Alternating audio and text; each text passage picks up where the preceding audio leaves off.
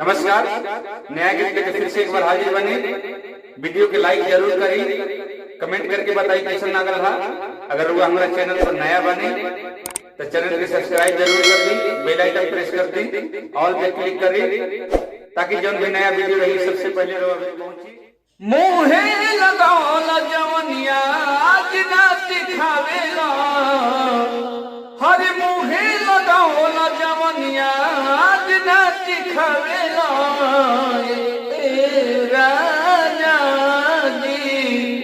राजा जी काहे के करेला कहवेला, राजा जी काहे के करेला कहवेला।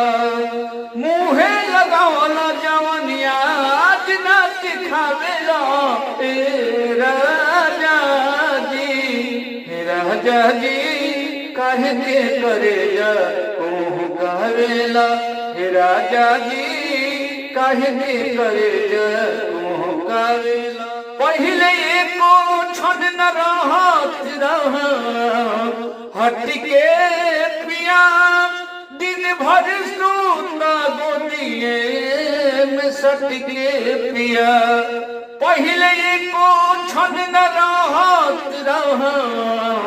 हट के पिया, दिन भर सूता गोदिए में सट के पिया। अंगवारी धारिला त जबारी छोड़ावेला, अंगवारी धारिला त जबारी छोड़ावेला।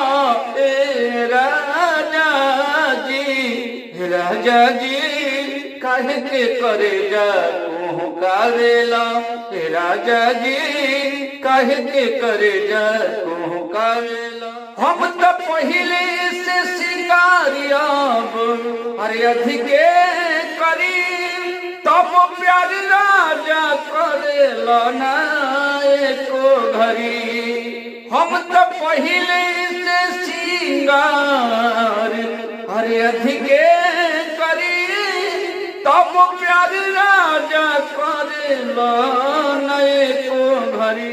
दिलवा के आ गया काहे धधकावेला, हर दिलवा के आ गया काहे धधकावेला।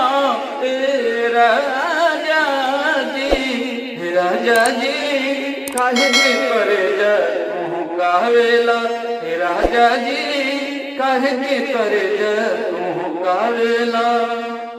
बाट भगिया जरल ये अरे सुहागिन के, मन मित्र दुखवो न बुझेला अभागिन के। बाट भगिया जरल ये अरे सुहागिन के, मन मित्र दुखवो न बुझेला अभागिन के। अरे कवना सवात खातिर, कवना सवात खातिर हमके है दूर दूरावेला। राजा जी काहे के करेला कहवेला, राजा जी काहे के करेला कहवेला। मुहे लगावला जवान हाथ ना दिखावेला, मुहे लगावला जवनिया आज ना दिखावेला।